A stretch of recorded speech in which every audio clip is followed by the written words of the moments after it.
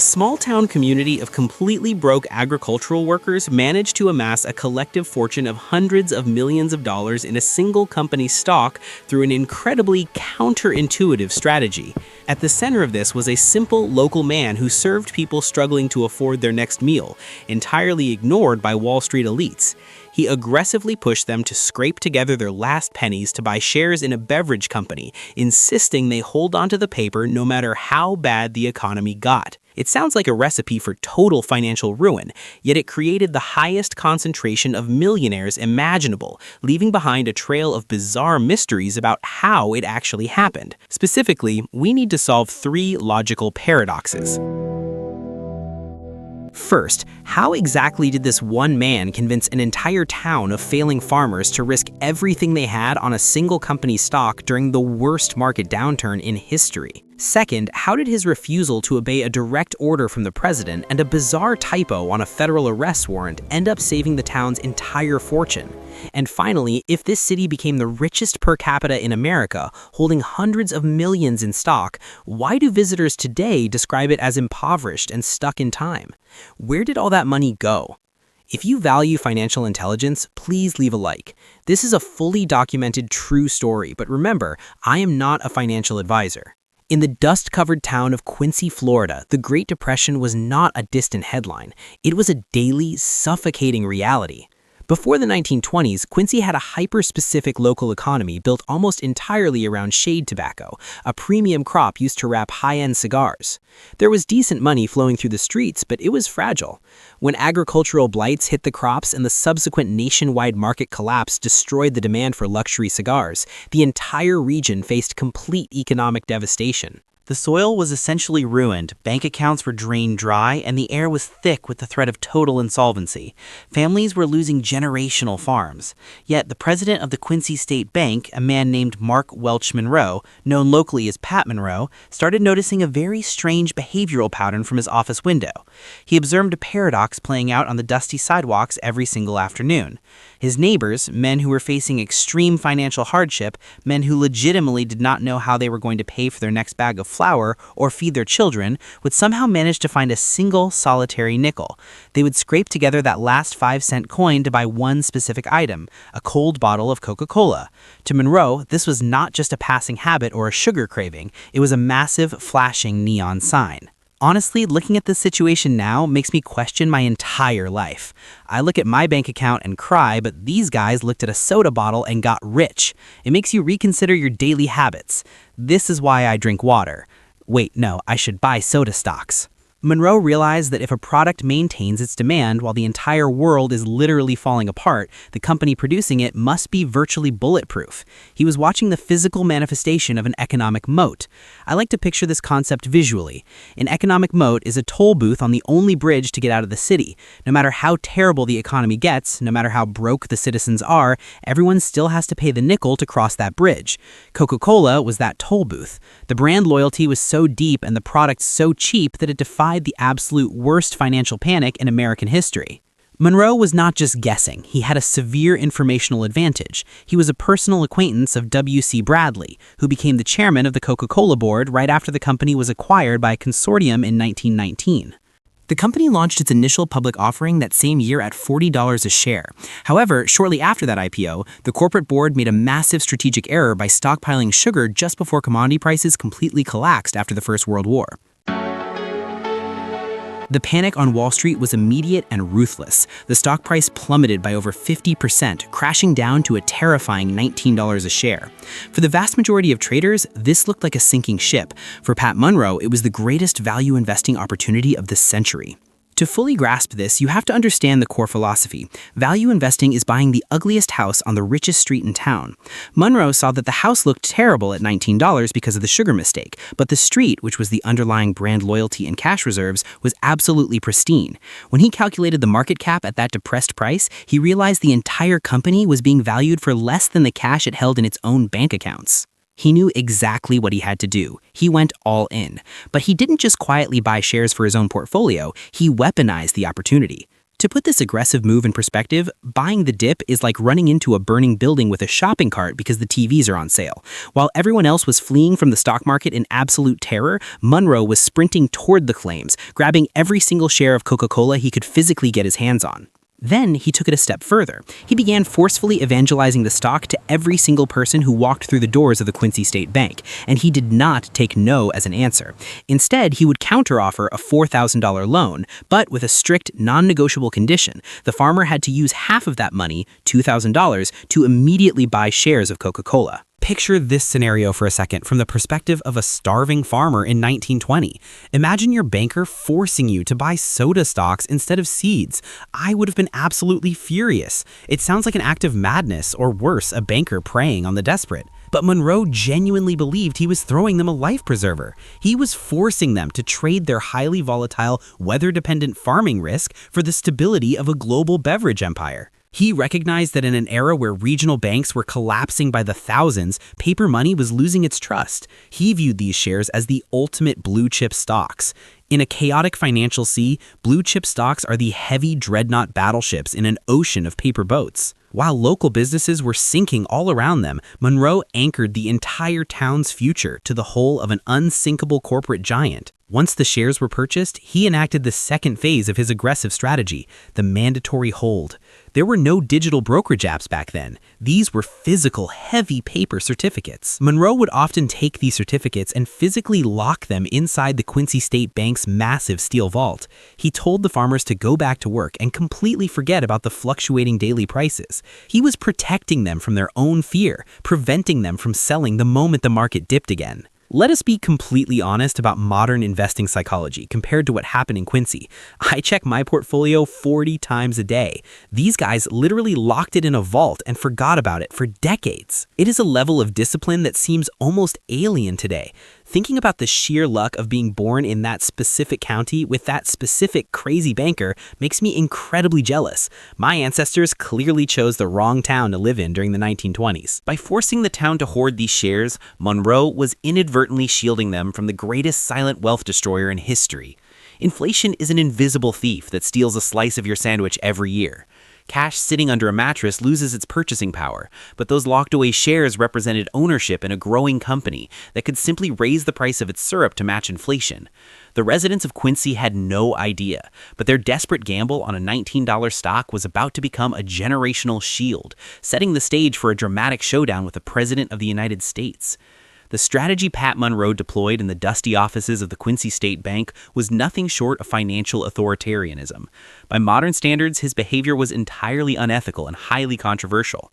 Today, a licensed professional must act as a fiduciary advisor, someone legally bound to put your best interests first and protect your capital from devastating losses. A fiduciary advisor pushing one stock is a doctor prescribing only one pill for every disease. It is a terrifying breach of trust. Yet Munroe looked at the collapsing economy and decided that the only cure for the town's impending ruin was a massive, concentrated dose of a single beverage. If you look at the rulebook for modern risk management, the entire chapter focuses on avoiding exactly what Munroe was doing. You are never supposed to leverage a client's last remaining dollars into a single equity, especially during an era of unprecedented bank failures. Honestly, thinking about the sheer panic of that era, if my financial advisor tells me to go all in on one stock, I'm calling the police. It is the definition of reckless behavior. But Munroe was operating in a unique environment where the traditional rules of risk management were failing everyone. The farmers were losing their land anyway, so the standard conservative advice was already a proven path to ruin. To understand why he was so aggressively confident, we have to look at the raw mathematics of the situation, specifically his analysis of the company's market cap. When the stock crashed to $19 a share due to a corporate sugar supply mistake, Wall Street investors saw a toxic asset and ran for the exits. Munroe, however, looked at the balance sheet. He realized that the total value of all the outstanding shares was less than the actual cash the company had sitting in its corporate bank accounts. Market cap is looking at a company and pricing the entire bakery, not just a single croissant. Munroe realized he could buy the entire bakery for less than the money sitting in the cash register. He was effectively buying $20 bills for a single dollar. This was not a gamble. It was an extreme mathematical anomaly caused by blind panic. A fire sale in the market is Black Friday, but everyone is running away from the TVs. People were terrified of the volatility, completely ignoring the underlying cash fortress the company had built. Coca-Cola had zero debt and massive reserves, meaning the drop to $19 was an artificial collapse, driven entirely by fear, not by a flaw in the actual business model of selling sugary drinks to a loyal public. This brings us right back to the first major mystery we need to solve. How exactly did this one man convince an entire town of failing farmers to risk everything they had on a single company stock? The answer is that he did not gently persuade them. He used his institutional power to mandate it. He held the keys to their survival. When they came for loans to buy farm equipment, he made the purchase of shares a mandatory condition of the paperwork. To put that aggressive strategy in perspective, he didn't just buy the dip, he forced the whole zip code to buy the dip. This dictatorial approach to community wealth building was the absolute rejection of portfolio diversification. For decades, the golden rule of investing has been to spread your bets across different sectors to soften the blow if one industry collapses. Portfolio diversification is wearing suspenders and a belt at the same time. It keeps your pants up, but it rarely makes you rich quickly. Munroe despised the suspenders. He demanded that the entire community put every single egg into one extremely specific glass-bottled basket. To be completely honest, Wall Street hates this one simple trick, ignoring them completely. To facilitate this massive accumulation, Munroe effectively turned his local community bank into a localized trading hub. Today, anyone can download an app and buy fractional shares while sitting on the couch. A brokerage account is the cockpit where you steer your financial airplane. But in the 1920s and 1930s, the farmers in Florida had no access to the New York exchanges. Munroe acted as their manual pilot, executing the stock trading on their behalf, pooling their meager funds and purchasing the equities in bulk. He was operating a centralized financial hub for a town of agricultural workers who barely understood what a stock certificate was. And those certificates were a major point of anxiety. We are talking about an era of extreme physical vulnerability. Holding paper shares is like keeping a treasure map in a very flammable wooden box. If a house caught fire or a flood hit the town, the physical proof of ownership could be destroyed in seconds, wiping out a family's entire net worth. Knowing this, Munroe insisted that the townspeople hand the physical certificates right back to him. He stacked them inside the heavy steel vault of the Quincy State Bank, creating a physical barrier between the investors and their own money. By locking the paper away, he was preventing the natural human urge to sell during a panic. He knew that if the farmers kept the paper in their homes, they would rush to sell the moment the price dropped by a few dollars to buy food. By keeping the shares in the vault, he forced them to hold. It was a brilliant, albeit manipulative, psychological tactic. When you look at the mechanics of this operation, this banker was basically running a highly unorthodox syndicate, and it made everyone rich. They were a community bound together by a single ticker symbol, completely isolated from the noise of the national financial press. However, not everyone in Quincy submitted to Munroe's aggressive tactics. The strategy required total faith in the banker's mathematical analysis, and some wealthy residents simply refused to participate in what they viewed as a reckless gamble. There was a famous cautionary tale in the local lore about a prominent, wealthy citizen whom Munroe practically begged to buy $5,000 worth of the stock during the deepest parts of the 1920s downturn. The man flatly rejected the offer, stating that putting that much capital into a single beverage company was financial suicide. He walked out of the bank with his cash, feeling like he had dodged a bullet. Decades later, as the company expanded globally and executed multiple stock splits, that man's son sat down and calculated the lost opportunity. He realized that the $5,000 investment his father had arrogantly refused would have eventually grown to be worth hundreds of millions of dollars, generating massive quarterly dividends that would have secured their family for generations. Imagine being the guy who refused the $5,000 loan. His ghost is still crying. It is a brutal reminder of how timing and conviction dictate generational wealth. For those who did listen, or those who were forced to listen to secure their farming loans, the waiting game began. Munroe had successfully trapped the town's capital inside the vault, tied to a single asset. He had successfully orchestrated the greatest localized stock trading event in history, transforming desperate agricultural workers into unwitting corporate shareholders. But buying the asset at a deep discount was only the first half of the equation. To actually survive the economic winter, they needed cash flow, and they needed it quickly. The tension in Quincy was mounting. The farmers had paper certificates locked in a vault, but paper could not be eaten, and it could not be used to pay the local grocery store. The Great Depression was tightening its grip on the country, and unemployment was soaring to terrifying levels. The national banking system was beginning to buckle under the pressure of mass withdrawals. Munroe's grand thesis regarding the beverage company's invulnerability was about to be stress-tested by the highest political office in the country. The town's survival depended entirely on a steady steady stream of envelopes arriving by mail from Atlanta and a confrontation with federal agents that would cement Monroe's legacy forever. By the time the calendar turned to 1933, the economic situation in the United States had deteriorated from a severe recession into a full-blown national catastrophe. The banking system was collapsing under the weight of mass panic, and citizens across the country were losing complete faith in paper currency and financial institutions. In the small agricultural town of Quincy, Florida, the local farmers were holding on to heavy paper certificates of a beverage company locked safely inside the vault of the Quincy State Bank. But fear is a highly contagious virus, and even with a steady stream of dividend checks arriving in the mail, the psychological pressure to liquidate everything and hide physical cash under a mattress was becoming almost unbearable. This national anxiety culminated in one of the most drastic executive actions in American financial history. President Franklin D. Roosevelt, facing a complete systemic meltdown, declared a mandatory national bank holiday. He issued a direct federal order requiring every single bank in the United States to immediately close its doors to the public. The goal was to stop the bleeding and prevent total insolvency. To truly grasp the terror of that moment, you have to understand the mechanics of the panic. A bank run is 500 people trying to squeeze through a single door at the same time. When everyone demands their cash simultaneously, the institution simply implodes because the money is tied up in loans and investments. However, Pat Munroe looked at the presidential order, looked at his meticulously managed balance sheets, and made a shocking decision. He flatly refused to close the Quincy State Bank. This was an act of open defiance against the highest office in the land, a move that could have easily resulted in severe federal charges. But Munroe knew something the federal government did not. His bank was not fragile. Because he had forced his community to heavily invest in an asset that refused to cut its dividend, the bank was actually flush with incoming cash. While the rest of the country was drowning in debt, the continuous corporate payouts from Atlanta were keeping his specific local economy highly liquid. The administration in Washington was not interested in the nuances of Munroe's aggressive value investing strategy or his corporate dividend theory. They were furious that a rural bank manager was openly ignoring a federal mandate designed to save the republic. Federal agents were quickly dispatched to the dusty roads of Florida with strict orders to enforce the closure and arrest the disobedient bank president. The agents arrived at the Quincy State Bank armed with a federal warrant demanding the immediate surrender of a man named Mr. Pat Munroe. The tension in the lobby must have been absolutely suffocating as the entire town watched their financial architect face the wrath of the federal government. This brings us directly to the second major mystery we established at the very beginning of our investigation. How did a bizarre, almost comical typo end up saving the town's entire fortune?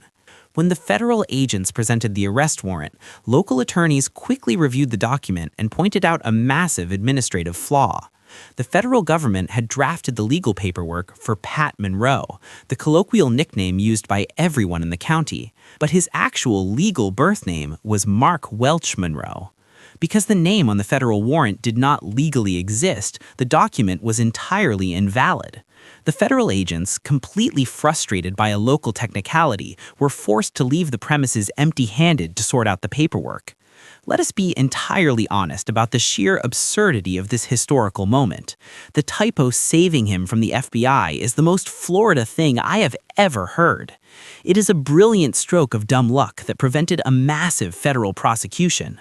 Escaping that situation was crucial because a legal battle over money is a game of tug-of-war where the lawyers charge rent for the rope. A prolonged federal indictment would have destroyed the town's confidence, likely causing the exact bank run the president was trying to prevent in the first place.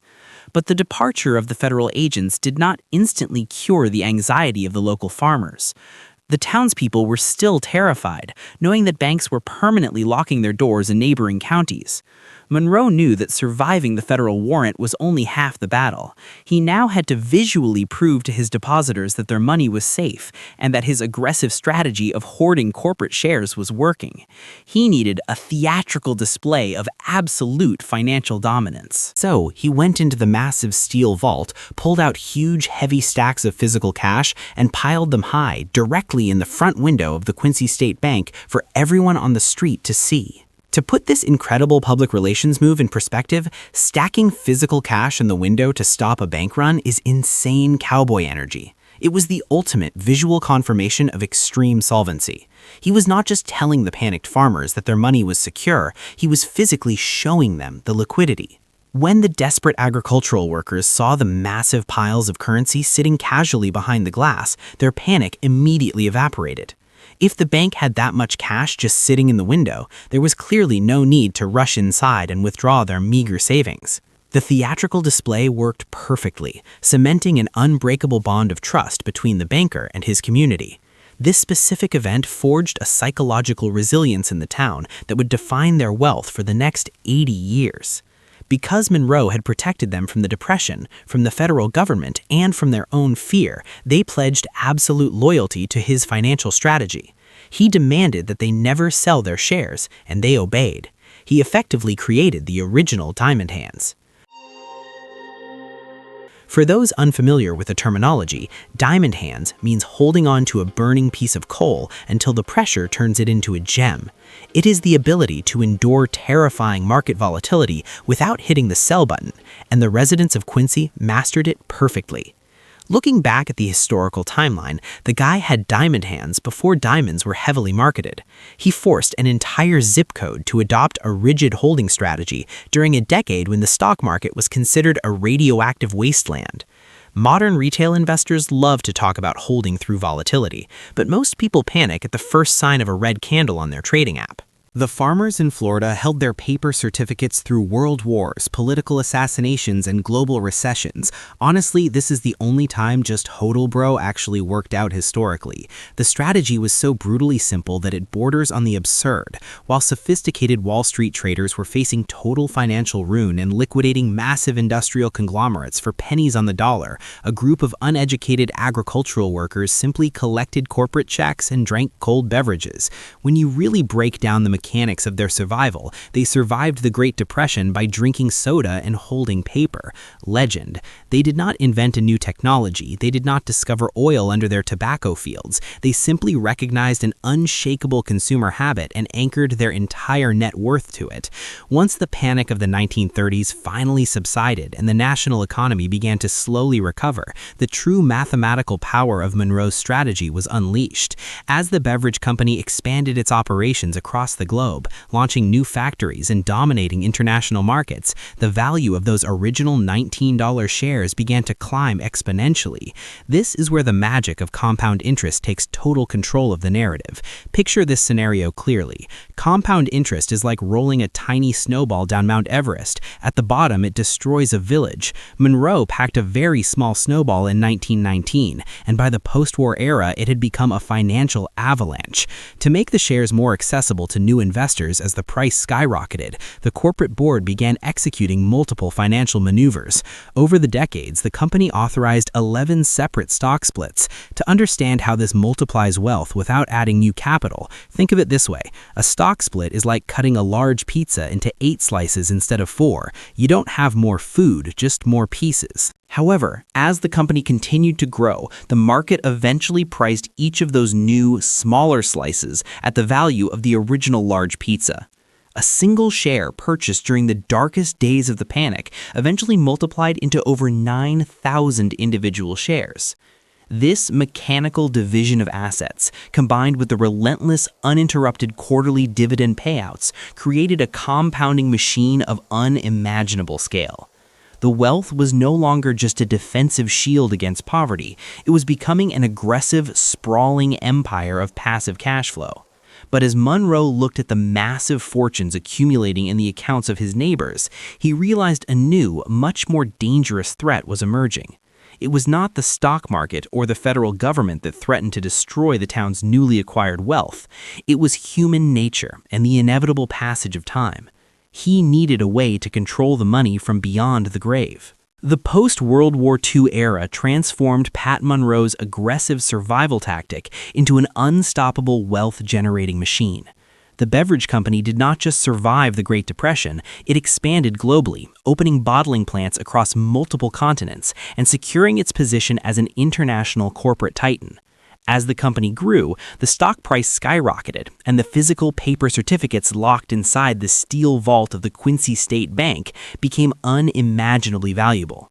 But the true engine of this prosperity was not just the rising stock price. It was the relentless, unstoppable flow of corporate cash returning to the shareholders every single quarter without fail.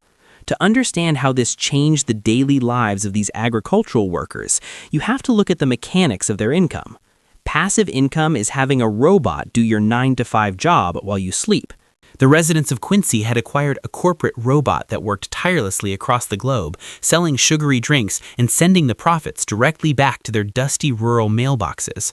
They were no longer entirely dependent on the unpredictable weather or the highly volatile price of shade tobacco to survive. They were receiving regular checks from Atlanta, turning them from desperate farmers into silent corporate beneficiaries. These payouts fundamentally altered the economic reality of the town. For the people holding those shares, these were not abstract numbers on a financial statement, they were survival checks that paid for tangible goods during hard times. Let us be entirely honest about how powerful that feels from a working class perspective. Dividend checks paying for groceries is the ultimate flex. While the rest of the country was still recovering from the economic devastation, the residents of Quincy were walking into the local general store and paying for their flour and meat using the quarterly profits of a global beverage empire. It was the true power of dividend stocks made manifest. But Pat Munroe, the architect of this incredible financial anomaly, was a realist. He understood that human weakness and the temptation of sudden wealth could easily destroy everything he had forced the town to build. He knew that the next generation, or the grandchildren who had never experienced the bitter poverty of the 1930s, might easily get scared during the next market downturn, or worse, decide to sell the shares to buy luxury items. He needed a way to enforce his iron will and mandate the holding strategy even from beyond the grave. Munroe was not just building a portfolio for a few clients, he was cementing a dynasty. He himself had 18 children from 2 marriages, which meant he had a massive personal stake in ensuring the wealth survived multiple generational transfers. When you look at the sheer scale of his family tree and his relentless financial strategy, the guy was playing a completely different game. He used his 18 kids as a literal army of compound interest. He knew that if he could legally lock the assets away, the compounding effect over the next 50 years would create an empire of unimaginable scale. To achieve this, the town's focus shifted heavily into complex legal structures. The wealth was no longer just for spending, it was strictly for holding. Munroe and the other first-generation investors began working with specialized attorneys to draft incredibly rigid wills. If you are unfamiliar with the concept, estate planning is writing a very strict instruction manual for your money after you leave the game. It dictates exactly what the future generations could and, more importantly, could not do with the family fortune. And the core instruction in almost every will written in Quincy was identical: never sell the shares. This rigid legal framework brings us directly to the third major mystery we must solve. If this small agricultural city became the richest per capita in America, holding hundreds of millions in stock, why did they live as if they were broke? Why do visitors describe the town as completely unassuming? The answer lies in a powerful combination of legal restrictions and a deeply ingrained cultural taboo against ostentatious wealth. The first rule of being a millionaire in Quincy was that you absolutely do not talk about being a millionaire. The wealth was entirely invisible to the naked eye. Reports from people who worked in Quincy for decades state that besides a few slightly larger houses hidden behind large oak trees, you would never know there was a massive concentration of corporate wealth in that town. They were fiercely conservative. Picture this bizarre scenario from an outsider's perspective. Imagine finding out your town was rich, but everyone drove rusty trucks. That was the reality of Quincy. You could be standing in line at the local hardware store next to a man wearing worn-out overalls and muddy boots, completely unaware that he was holding $5 million in corporate equities in his bank vault. The invisibility was not just cultural, it was legally enforced by the very mechanisms Munroe helped establish. The central pillar of their financial identity became the trust fund. Many of the original wills stipulated that the inheritors could not sell the core asset under any circumstances. To put that level of restriction into visual terms, a trust fund is a financial panic room that even the owner cannot unlock from the inside. The legal entity held the assets on behalf of the beneficiary, completely removing their ability to liquidate the shares to buy yachts, sports cars, or massive mansions. For many heirs in the subsequent generations, this meant their massive family fortune was locked in what effectively became a glass box. They could see the immense wealth on their financial statements, looking at millions of dollars in highly liquid stock, but they could not touch the principal. Honestly, looking at that situation, a glass box of millions you can't touch, that's financial torture. I can just imagine someone in their 70s sitting on the porch staring at a bank statement worth $20 million and wondering why they never got to travel the world or buy a luxury estate. However, this strict legal structure was exactly what saved the town from squandering its fortune. The legal executor of each will was legally bound to protect the core asset at all costs. They were designed to ensure that the wealth survived economic recessions and the foolish decisions of young heirs. The philosophy was simple and brutally effective. The principle in a trust is the golden goose. You can eat the eggs, but never cook the bird. By forbidding the sale of the shares, the trusts guaranteed that the golden goose remained safely locked in the vault, completely protected from the beneficiaries themselves. And what leaked out of that glass box were the highly lucrative eggs. The legal structure ensured that the massive quarterly dividend checks would continue to flow directly to the heirs for generations. It was a perfectly engineered system of sustainable wealth. Dividend yield is like having a fruit tree that drops apples directly into your wallet every 3 months.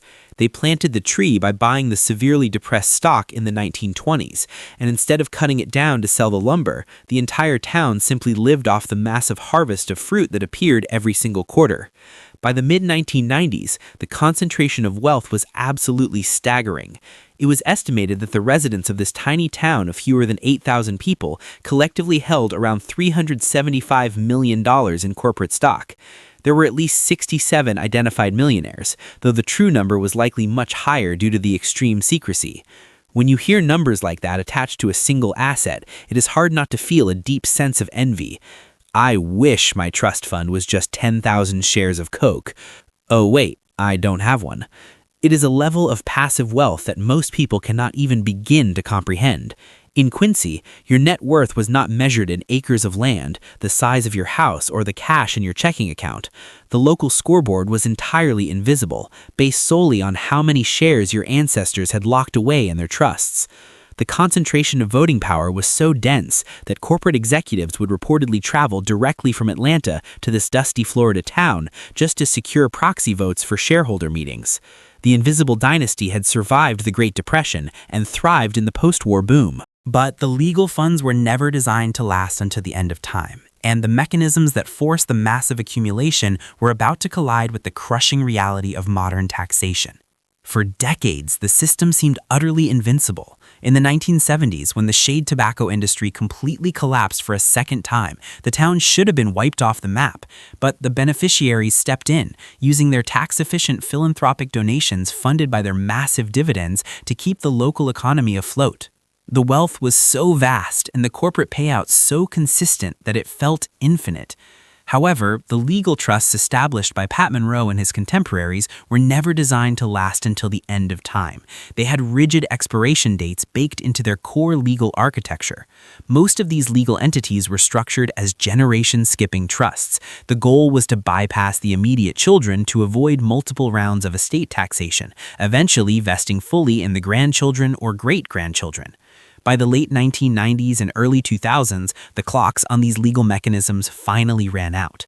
The forced holding period that had defined the town for 80 years officially unwound. The descendants finally gained direct, unrestricted access to the underlying principle. They could finally touch the millions in the glass box. But the moment the glass box opened, the federal government was standing right there waiting for its cut. The descendants faced a massive, terrifying reality check from the Internal Revenue Service. To illustrate how painful this transition is, capital gains tax is the bouncer waiting at the exit of the casino to take his cut of your chips. The cost basis for many of these shares was essentially zero, originally purchased for $19 back in the 1920s. Now they were worth millions, and the government wanted its percentage of that 80-year appreciation. When you look at the sheer scale of the tax liabilities, it is hard not to feel a bit cynical about the system. Honestly, the IRS waiting 80 years for those trust funds to open is the real villain here. The inheritance tax and massive capital gains tax took huge 8-figure bites out of the family fortunes. To pay these sudden massive tax bills, the modern heirs had absolutely no choice. They had to do the one thing their great-grandparents had explicitly forbidden them from doing. They had to hit the sell button and liquidate the shares. The selling started slowly, mostly just to cover the tax liabilities, but it quickly accelerated. The generations who had never known the crushing poverty of the Great Depression were now holding immense, concentrated risk, and they were finally free to cash out. When you think about the discipline of the original investors compared to the modern heirs, it is a stark contrast. A literal money tree, and the grandkids finally chopped it down. They traded the infinite sustainable harvest of quarterly dividends for immediate massive lumps of liquid cash. As the money became liquid, modern financial advisors immediately stepped in, completely horrified by the fact that these families had 100% of their net worth tied up in a single beverage company. They preached the gospel of modern portfolio theory. They insisted on a massive shift in asset allocation. To understand the shift in philosophy, asset allocation is deciding how many eggs go in the iron basket and how many go in the glass basket. The heirs were advised to spread their newly liquid wealth across a wide spectrum of different investments to protect it from a single corporate failure. The centralized fortune of Quincy was rapidly dismantled. The heirs sold the legacy shares and bought commercial real estate, municipal bonds, and broad market equities. Looking at how quickly a century of discipline dissolved, you can practically hear the disappointment from the old school investors. They sliced the pizza up and the wealth vanished. Typical fourth generation. By breaking the concentrated position, they eliminated the risk, but they also eliminated the unique financial engine that made the town legendary in the first place. Much of that liquidated cash was funneled directly into massive, diversified portfolios. Instead of holding individual shares, they bought into broad market aggregates. Index funds are like buying a tiny piece of every store in the mall instead of betting on one boutique. It was the mathematically correct, responsible thing to do, but from a purely historical perspective, it feels like a betrayal of Pat Munroe's legacy. Selling 80-year-old Coke stock to buy an index fund feels like a crime. It replaced an incredibly aggressive, wildly successful strategy with the most boring, standard financial advice available. But the most devastating consequence of this massive liquidation event was geographical. The wealth was not destroyed in a market crash, it was diluted and exported. The third and fourth generation heirs took their newly diversified portfolios and moved away. They relocated to Atlanta, New York, and Miami. The massive dividend checks that once flooded the local Quincy State Bank and funded the local infrastructure simply stopped coming to the town. As one observer bluntly pointed out regarding the ultimate fate of the money, the taxman always wins in the end. Always. This mass exodus perfectly resolves the final, darkest mystery of our investigation. It explains why a city that held nearly $400 million in the 1990s looks impoverished today. The physical manifestation of the wealth simply evaporated.